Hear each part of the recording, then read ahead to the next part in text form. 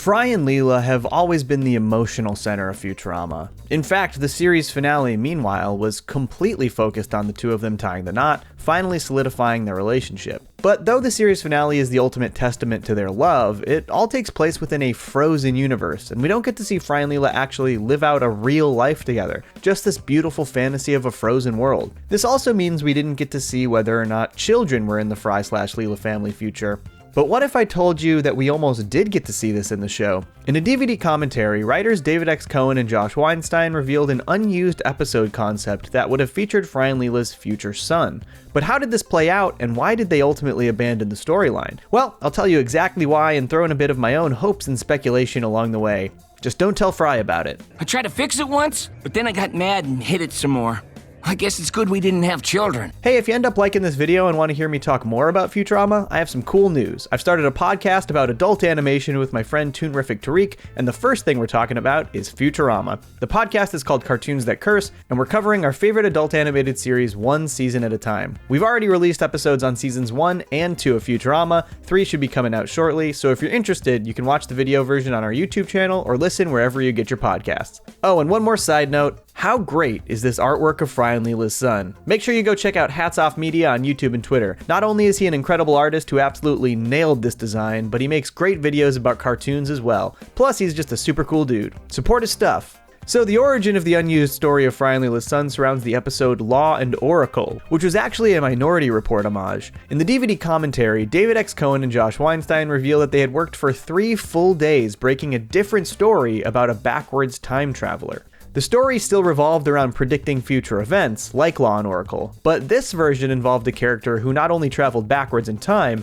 but moved and spoke backwards as well, making them impossible to understand. And the big reveal? That this character would turn out to be Fry and Leela's son from the future. But why didn't they move forward with this backwards moving idea? Well, at the Futurama series finale panel hosted by Nerdist, David X. Cohen revealed a little more information. We worked on it for like 3 days, and it was the coolest science fiction story.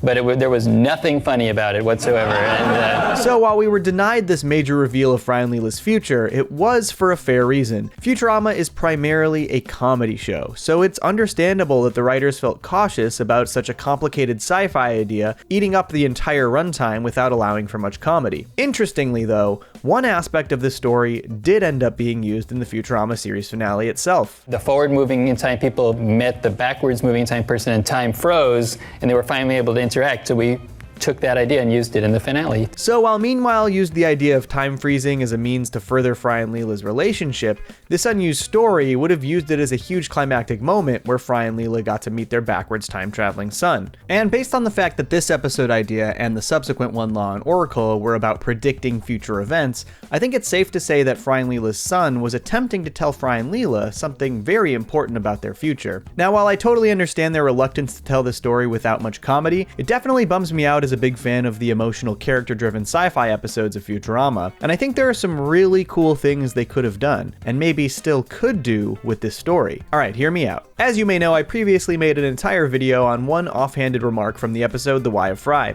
Leela, but she doesn't think much of me. She must be the other. And while many of my commenters seem to think that this was just Nibbler lying to Fry to get him to stay in the future, I'm not sure I agree there. The entire point of that scene was that Fry was given an opportunity to choose whether or not he is sent to the future, and to then cap that off with more manipulation from Nibbler feels sort of contradictory to the purpose of the sequence. I think that this likely was a story seed planted that unfortunately never yielded any fruit. Now, in this previous video, I rampantly speculated about what events of the show it could have referred to, or how they could have followed up these events. And interestingly, a lot of commenters said something that I hadn't thought of, that they believed it was possible that Leela being the other was in reference to Fry and Leela having a child in the future who would ultimately be important to the ongoing existence of the universe, much like Fry. I didn't give this much thought until I learned about this unused story of Fry and Leela's son, and honestly, I think these ideas could probably fit together really nicely. Is it possible that these important future events that needed to be communicated by Fry and Leela's son were of universal importance. This would explain how Fry and Leela's ongoing relationship was of consequence to the Neblonians and their goals of keeping the universe safe. It also feels like a really big story that understandably was a struggle to fit into a 22-minute episode. So, big surprise, here goes Johnny once again pitching one final Futurama movie, just like in a couple other videos. If, and obviously there is absolutely no indication that this could or would ever happen, but if Futurama was given one final theatrical movie, something I would truly love to see, this seems like the absolute perfect story to cover for a number of reasons. For one, it completely solves the major issue the writers had with the story in the first place, that it was simply too complicated to fit into a 22-minute episode. You give this bad boy a 90-minute runtime and baby, that story's got room to breathe. You have much more freedom to fit in other more comedic subplots and flesh out the script with more jokes in addition to telling this ambitious time travel story. Hell, they already did a big ambitious time travel movie in season 5, and the extra runtime is what really helped it work. Sheesh, this is confusing. And I bet it's gonna get a lot more confusing. And let's be honest, this is a really cool and unique sci-fi premise that would work really well for a bigger Futurama story. It feels like a story that they would have done for the straight-to-DVD movie season had they thought of it sooner. But in addition to this, it could give them the opportunity to tie up a couple small loose threads left behind after the original run. You know, the ones I won't shut up about apparently. But either way, there is a really effective way to tell a great sci-fi story while tying in multiple elements from throughout Futurama's run to create one final epic big screen adventure for the Planet Express crew. If, for instance, Fry and Leela's son was traveling backwards in time, sent by the Neblonians to warn Fry and Leela of a future reemergence of the brain spawn, that ties really nicely into the why of Fry, especially considering this tease was never followed up. If you ever need a savior again, just ask. Oh, we will.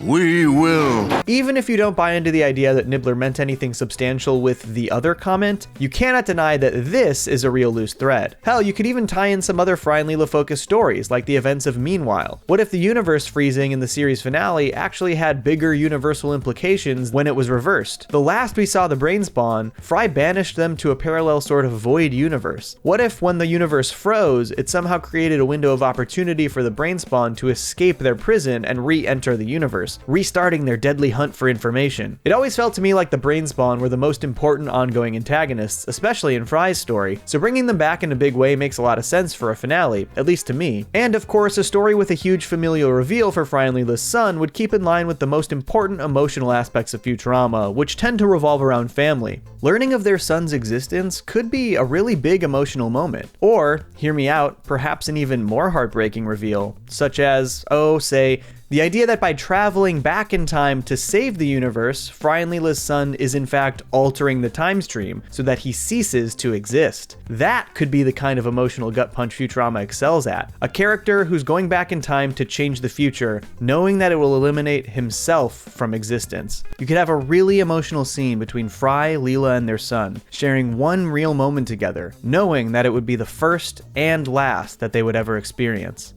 But you know, I'm just spitballing. So basically, if they were to transpose this story into a movie idea, they would get to tell their ambitious sci-fi story and allow room for more comedy. They could tie up some loose threads from the series itself, they could give us one of our patented family-centric emotional gut punches the show is known for, and they could give us fans one last massive hurrah for the series we love so much. Plus, isn't there something sort of poetically beautiful about Fry being flung far into the future and his son being flung far into the past? Look, I know this all isn't likely, but a man can dream, right? A man can dream. Folks, thanks so much for tuning into this Futurama video. If you're new here, I've got tons of Futurama videos in my backlog. If you want to watch more, please check out my podcast, Cartoons That Curse. Also, do not forget to follow Hats Off Media on YouTube and Twitter, and commission him for your art because he's a damn legend. Thanks for tuning in, and catch you next time. Peace. Johnny! Futurama!